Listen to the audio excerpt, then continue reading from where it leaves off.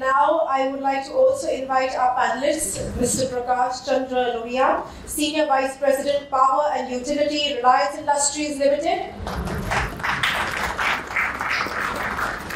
Welcome, sir. Mr. Syed Mohammad Beary, Founder and CMD, Bearys Group and Chairman, IGBC Bangalore Chapter. And Mr. Anbu Shanmughan, Vice President, Palm Digital Realty. Ladies and gentlemen, please can we put our hands together for our esteemed panel. Come on, everybody. Now over to you, Mr. Ras. Hello. So, good afternoon. We are the proverbial people holding you back for lunch, but we will make it interesting to the extent possible. So, as you know, cooling is possibly the most important part of the data center physical infrastructure. Cooling contributes to almost 40 to 60% of the running power consumption in any running data center. Right from, many of us in this room have been associated with the cooling technologies right from the mainframe days. Many of us, Mr. Lohia is there and others. So maybe water was used at that time. We moved to almost conventional comfort cooling in server rooms and halls and data centers in the early days. Migrated to possibly direct expansion machines, right? DX machines, what we call, moved to CRAW units, computer room air handling units using chiller-based systems. We looked at, dabbled with in-row cooling, overhead cooling, then possibly moved to rear door heat exchangers as the rack densities continued to go up. Now we are talking about, I heard Vipin in the earlier session from Princeton, PDG, he spoke about liquid immersion cooling, right? So whether liquid immersion cooling or direct contact liquid cooling or evaporative cooling, so the technologies are evolving. So today in this panel, you have already heard about the the esteemed speakers who are here. They're industry veterans. It's our pleasure and honor to host them today and actually take an insight as to how they are looking at how cooling is going to affect the data center industry. So the topic, what specifically was given was, as obviously what you heard from the morning, if you have followed the discussion, everybody, whether it was Rajesh from Nextra or Surajit from Capital Land or Sujit from, all the people, whoever, they spoke about demand which is like growing multiple folds, the demand for data, the demand for data centers. So as the demands are rising, also because of paucity or scarcity of space and power, we are trying to condense the racks. So as the demands are rising, the rack densities are actually going to go north. So while data center cooling challenges, they will vary depending upon possibly the physical location, the climate, and the data center profile in terms of the age of the data center, specific design, utilization, etc. The trend is usually that it's only moving in one direction, which is upwards. So we are packing more and more compute, storage, networking within single cabinets. So this panel will discuss how the new age cooling and customized technologies must be interoperable and flexible enough to scale within their organizations. Most importantly, it also needs to be sustainable today.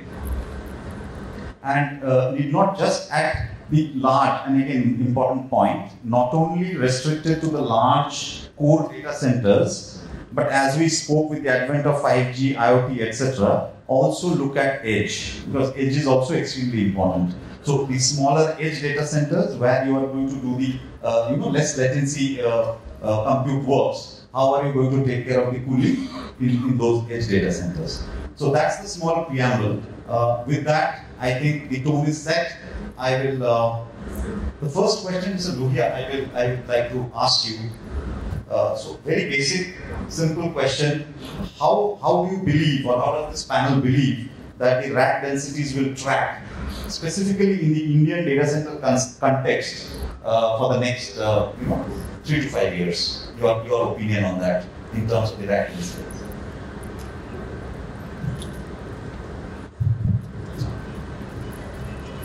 Yeah, I have a 2 point to explain the thing. First point is the economic considerations, and second point is the government regulations and sustainability and climate change.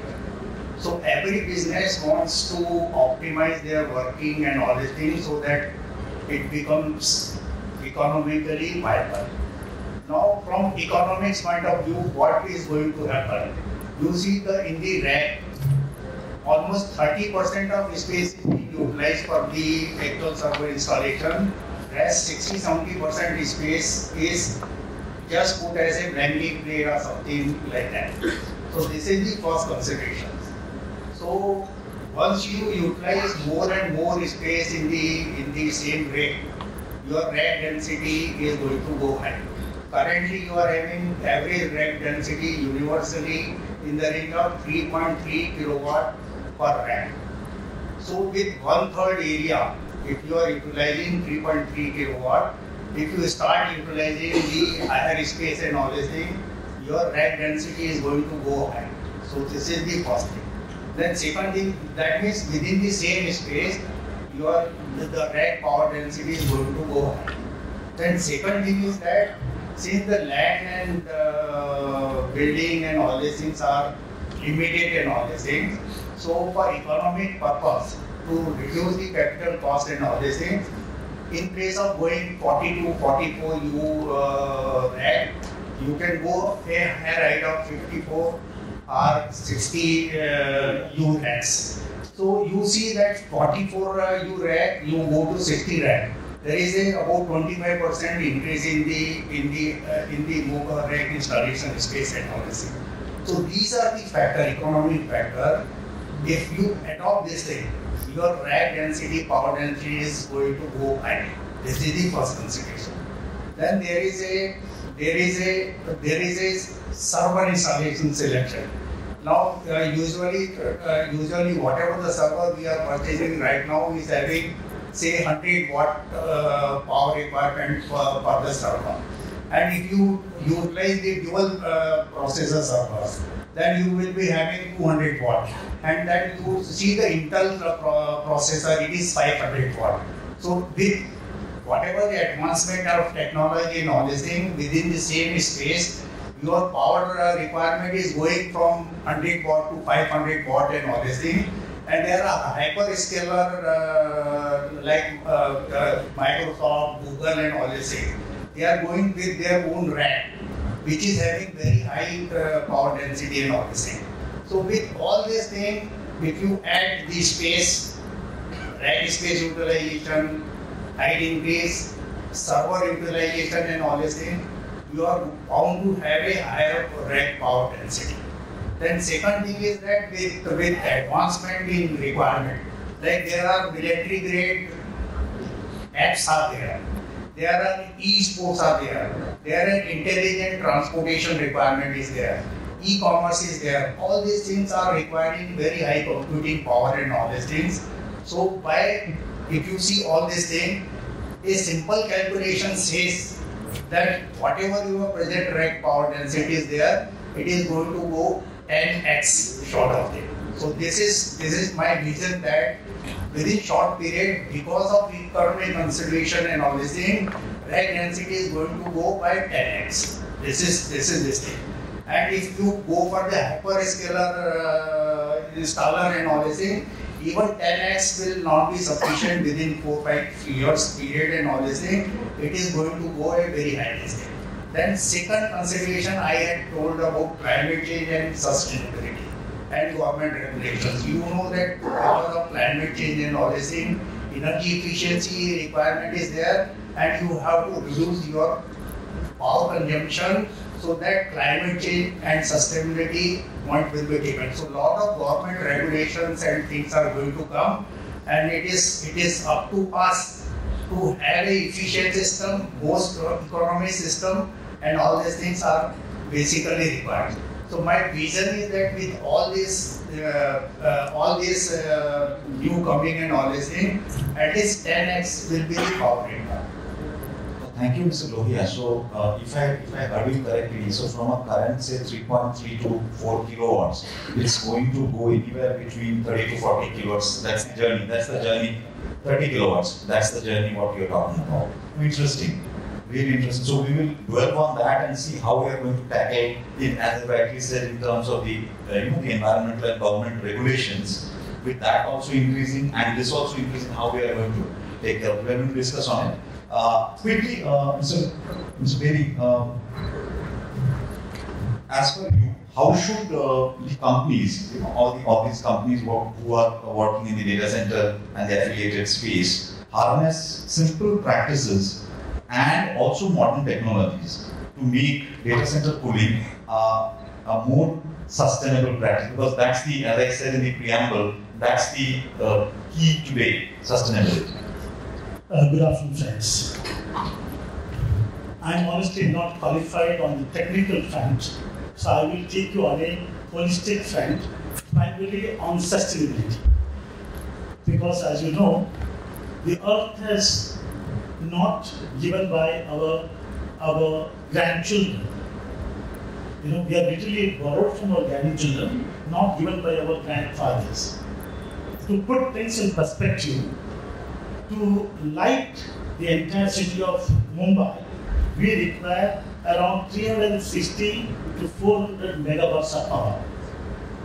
Okay, now let me come to one data center which is coming up in Navi Mumbai is going to have 400 megawatts of power.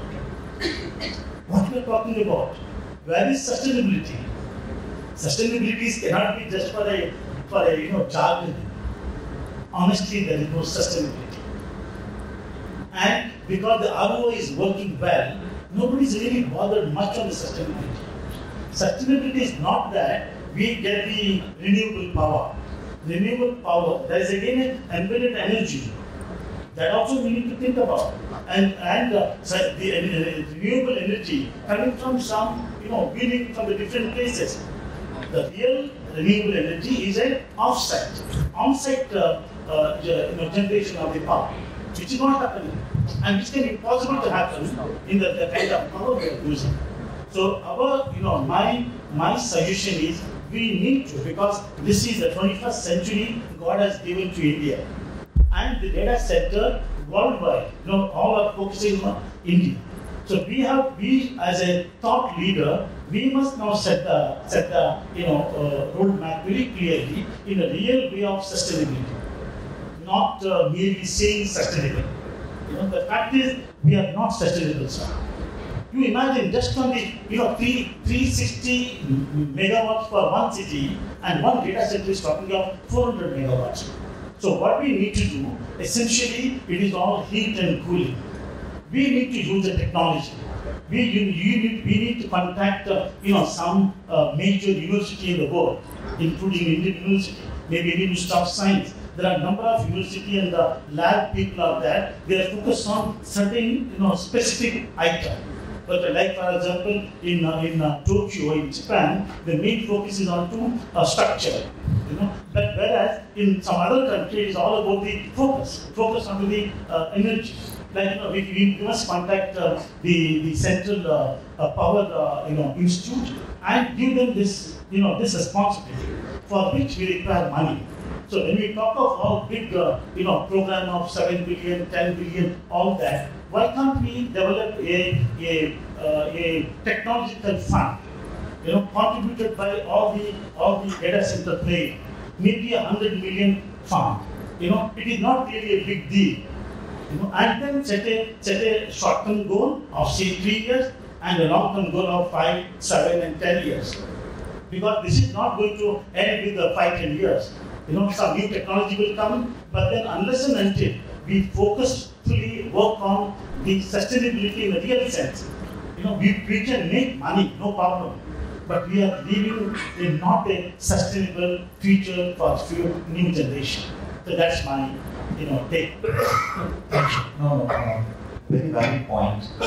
I think from all the industry players, there should be a need to have some kind of a consensus and a joint team possibly to look at this holistically, as you rightly said. It's not one person trying to, or one company trying to only have sustainable goals. It has to be a joint effort that was taken. Switching question to Mr. Anbu. We have been talking about the use of AI, etc. So specifically, I think the use case is best in cooling. That's my personal opinion. So how can you implement artificial intelligence efficiently in managing the cooling operations of the data center infrastructure? So that's the question I wanted to ask you. Yes, it's a great challenge, after Bearys, great task of asking us to make it sustainable before getting this, the speech from sales Mumbai itself. I thought it is going to be only reliability and efficiency that drives the AI into future, but greater goal is given by Bearys, that is sustainable. So everybody know whoever operated the data center in 20 years back, it was an 18 degree. So now it has come to 25. So we are slowly pushing that into the brim, that is at 30 degrees if we can operate it. So where we can easily achieve these sustainability goals is we don't have to cool at all. That is the greatest scenario we are looking for. So how do we do that? Obviously the users are not going to agree for that, because the moment output increases, how we are going to cool that equipment. That is where the AI comes in place. So it is between reliability and efficiency, AI sits in. To give a very simple, oversimplified use case scenario for AI is that you are getting into a data center, you are just opening a door of the data center. What happens actually? Air comes out. So what needs to happen? So the cloud machines need to crank up more and of the air so that the servers are safe. So what is that? If I put a card into the reader, that time immediately it is going to open it. Predictability comes in order, right? So air comes in. So it is taken care that reliability is addressed to the customer. So second user case is that there are many loads. User cases if you take and servers, it's all batch loads sometimes, right? So every time you don't see servers running in 70% or 80%, so it is going to be 30% load, it is going to operate, suddenly it is going to run into 70%. So if we can predict that, if we can take the inputs from the servers, so we can always ensure that cooling is also ramping up. So we don't just stop from the only on the air circuit, we go into the chiller circuit also, just ensure that the predictability is ensured for the data center. So the customers are confident enough to push the scale up, not just 25 where we are today. If we can go up to 32 degrees, so only when there is a workload is increasing, if we can cool the servers, that is an ideal scenario we are looking at. So there are plenty of technologies comes in, so we are in the right place. Not like US data centers where already there are 5 gigawatts of data centers operating there, we are just reached 1 gigawatt. So next 10 gigawatt is going to happen in India. So we can adapt these technologies, make it sustainable. This is the most sustainable country in the world. We can announce next 10 years. That's what the roadmap I am seeing for AI. So between reliability and efficiency, comfortably addresses the comfort for everyone, for the user as well as for the environment, as well as for the operator. Yes. Point taken. So, again, taking from there, Mr. Lohia, from that we spoke about power increasing, we spoke about sustainability.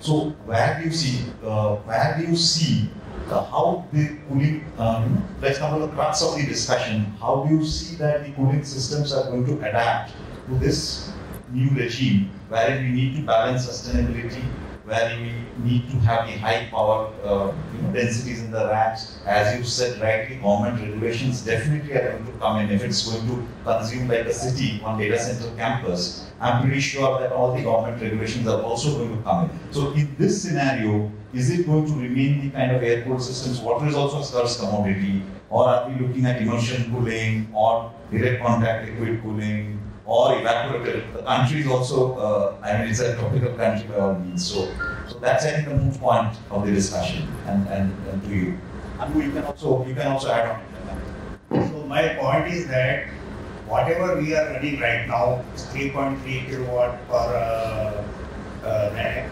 and we are talking about 10x, and we are talking about more than 10x future and all this thing. So basic principle is that whatever the technology, whatever the way we are pulling, will it be sufficient to meet the power density requirement? You see, right now we are pulling with the medium of air. You compare the air with water. The water is 1,000 times heavier than the air, and its specific heat is 4 times the specific heat of air.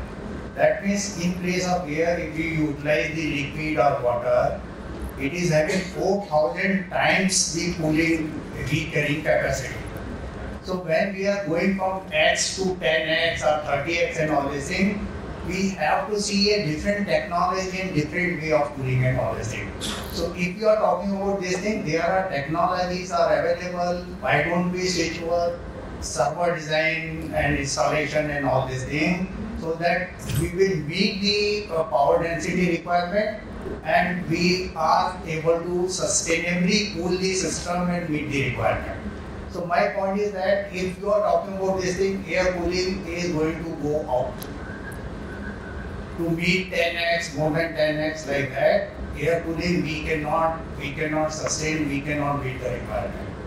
So the next thing is that we wanted to remove the heat from the server. That is at the chip level or by some means and all this thing. So there are the liquid coolings are available at the chips level. The servers are also available with chip level liquid cooling. Or there are immersion liquid coolings are also available, in which in the server for heat removal there are internal fans are there are heat sink and all these things are there. If we immerse the server totally into the liquid, then there is no need of any fan requirement. Whatever the heat is there, water is the by convection process it will remove the heat, and you know whenever air is having, it requires 25 degree delta T between the heat sink as well as the air temperature. So suppose the heat sink is able to go for 70 to 75 degrees centigrade. So air temperature cannot be more than 50 to 54 or 55 degrees centigrade. So this is the requirement.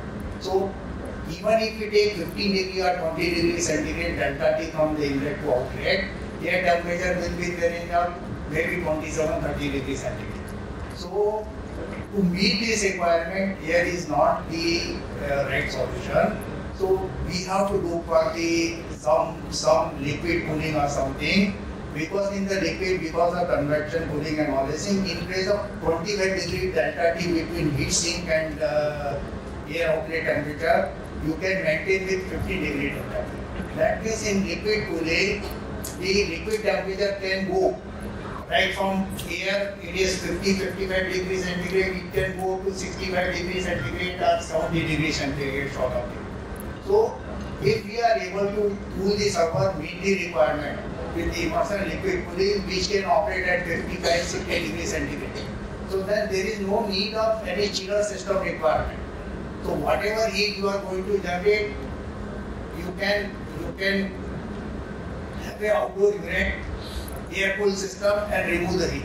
So whatever your chiller requirement, whatever air circulation requirement is there, whatever the power consumption is there, it can be eliminated. Then it becomes efficient. So we are increasing the density and we are not consuming more power. So that is the way of sustainability. So this is my thought process. So lot of people are working on this technology and lot of advancement is taking place at the server manufacturers level, at the liquid immersion cooling level. Lot of new technology and things are coming, and we have to adopt this thing. Now I will come to a very sustainable. About 2 months ago, I went to the Singapore and I have seen the places. Singapore is a water scarce country. So what they are doing, they are getting water from the Malaysia. Now what they have put, they are having gas, natural gas is there. So they are taking the sea water, generating distilled water, drinkable water, potable water, and supplying to the city. So when you are utilizing gas for converting the sea water to the potable water, okay. So the things, lot of heating cooling is there. So whatever the flue gas they are burning for making the potable water, the flue gas temperature is very high. So what they are doing, they are putting back refrigeration system and generating refrigeration out of this thing. So they have selected nearby that plant, they have selected the area in which they are not allowing anybody to put any air conditioner for the room cooling and all this thing. So they are going to supply the district water system for the whole area. So with the same system they are getting water. With the same system they are getting refrigeration generation and all this thing. So all this advancement and things are there. Then second technology, what we are promoting and all these things are there. The thing is that in any air conditioning system, there are 65 to 70% is the sensible cooling and 30-35% is the latent cooling. So that whatever the latent part is there, that moisture removal part is there, we are wasting about 30 to 40% of energy in removal of the moisture. So Singapore National University has developed the air conditioner in which latent part is being removed by the membranes technology. So in the membranes technology, the latent heat requirement is not there. So they have developed the air conditioner in which latent part is being removed by the membranes technology. The dry air is coming. Now when you are removing the moisture from this thing and dry air is there, again you dehumidify this thing, the air will become at the temperature of 10 degree to 12 degree centigrade. So all your comfort air conditioning can be made without any compressor, without anything. So that prototype has already been developed by the NSU Singapore this thing, and they are in manufacturing stage and all these things.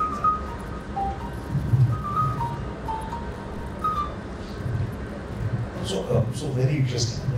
So the thing is that once we look for the advanced technology and whatever the improvement potential and things are there, this NSU air conditioner, 1 ton of air conditioner is generating about 10 to 12 liter of additional water. So you are saving 40% of the power, you are generating water. So that is the sustainable development we are looking, and this is what I feel is the near future by which we are meeting both. Fascinating, actually. Both the things what we talked about, using seawater and converting into potable water and using that flue gas for the vapor absorption chillers, etc. It's very, very interesting.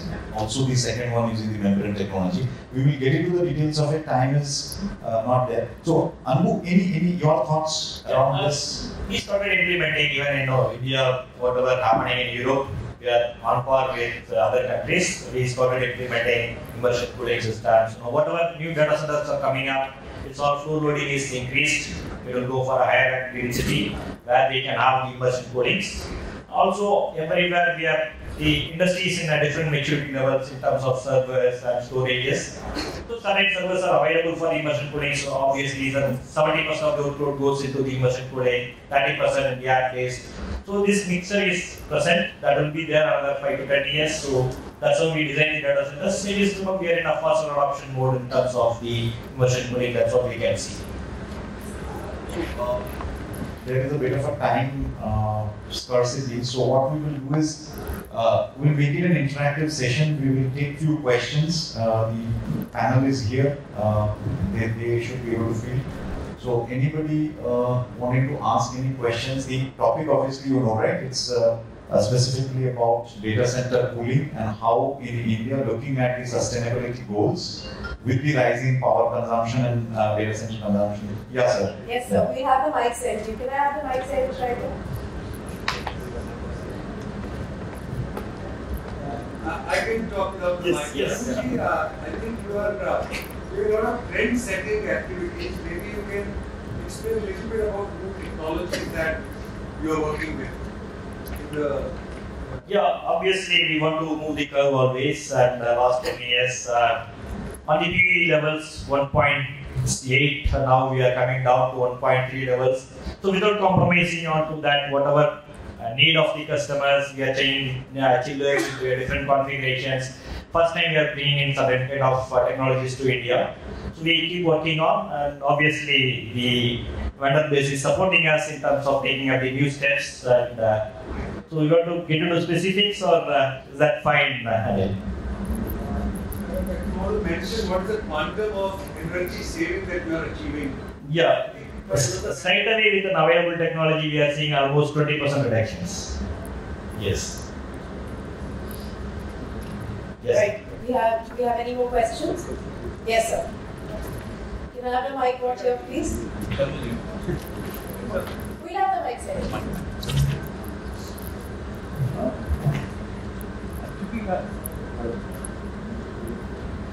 Can you just switch it on? The mic? Hello? Okay, now it's on. Thank you. My question is to Realty. You mentioned mostly about the heat because of the density. There is a parallel happening in the other high technology like semiconductors. They also have the same issue, right? The transistor nodes keep on increasing and they have the heat dissipation issues that are happening. Are we learning some cross-learning from that? And we can need sustainability like from this industry, we cross-talking to our industry. Thank you. I'll give you one example, like PV solar panel, in which we are generating power. Thus, PV solar panel, suppose its capacity is 400 watt or 500 watt. So what we are doing, we are trying to improve the efficiency of the PV panel by a lot of different technology and things are there.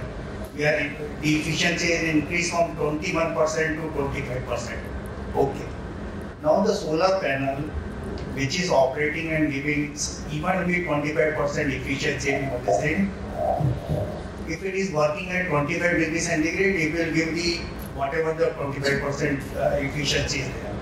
If the body temperature is rising by every 1 degree centigrade, its capacity is reducing by 0.05%. That means, I'll give you another example. Whatever the solar radiation is coming, out of that solar radiation, 25% is being converted into power. The rest 70% is being absorbed in the solar panel and its body temperature is rising.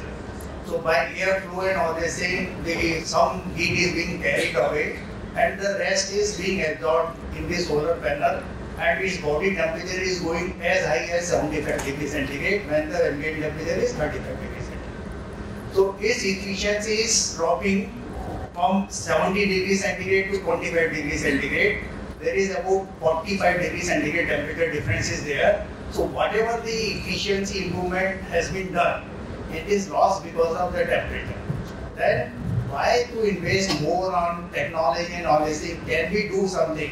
Because in India the temperature will be as high as 35, 40 degrees, 45 degrees centigrade. In Rajasthan you have a 50 degrees centigrade. So when you have a very high solar radiation, still you are not able to increase the capacity of the solar panel. So what is to be done? So can we think of some innovative way by which we can increase the efficiency with same land, same this thing. So what we have done, I give you a very simple example. In RCB complex, we have 5.5 gigawatt of solar panel and 25,000 people are working. So they are drinking water with the bottle and all this. So 250 or 500 or 1 liter bottle is there. So daily there is generation of say 1,000 water per day. So which we are throwing as a waste and all these things. So what we thought that since water is a very good heat absorbing capacity because of its mass and specific. So what we have done, 200 ml bottle is there. We filled about 80% of bottle and we stick the bottle at the back side of the panel. So one panel we have put 75 bottle with 15 liter of water. So 15 liter of water M as delta T. So whatever this 400 watt of solar panel is there, which will generate about 1.5 unit of power, rest 2.5 kilowatt hour, whatever the heat is there, if we absorb into the water bottle, The water temperature will go from 30 degrees centigrade to 45 degrees centigrade. The surface temperature of the panel will drop down from 70 degrees centigrade to 45 degrees centigrade. So there is a 15% increase in the generation capacity of panel. This is a very simple experiment and thought process we have adopted at our complex. We have increased the power generation from 3% to 15%, depending on solar radiation and all the things. So this is a very simple technique. If really we adopt the common sense and all this thing, everywhere the potential is there, and we can utilize this potential and make a sustainable thing. Yeah. Well, you see, ultimately it's a cause and effect. You know, before we cool you, how to reduce the heat. That is most important. If you reduce the heat, by default, the cooling requirement will become substantially reduced. So, you know, to say that if we can't raise the bridge, we lower the river level. You know, something we must do, right? So, and ultimately it is all up, but I don't see that now happening. This is the third time I am experiencing this kind of a mapping crowd. You don't have space for going out. It is all packed. Okay? So that means the data center is truly become a sunrise industry, and all are behind that. We have seen the .com bust in Bangalore, because Bangalore being a Silicon Valley, we have seen the IT revolution also. But that should not happen to data center. That is where sustainability is a core factor. You know, and for that, it is not one person. It is an individual commitment, collaborative effort, and collective leadership. That will reach us to the goal. Thank you. Thank you. Yeah, Yes, I request you to, you know, whoever asked the most relevant question, be giving away a little goodie. I think my very good friend's last question. Sir, I can't say no because I I'm know very sorry, sir. In the interest of time, we will not be able to take any more questions online. Okay. I'm truly sorry, but I would request you to please, you know, name whoever asked the most relevant questions so that we can give away. Again, he is my college senior, so where is Mr. Anil? He has gone out. Give it to him. Yours is part. Next time you will get. Alright. And now I would request Mr. Das to please present a memento to our speakers. Yeah. Thank you. Thank you. First to Mr.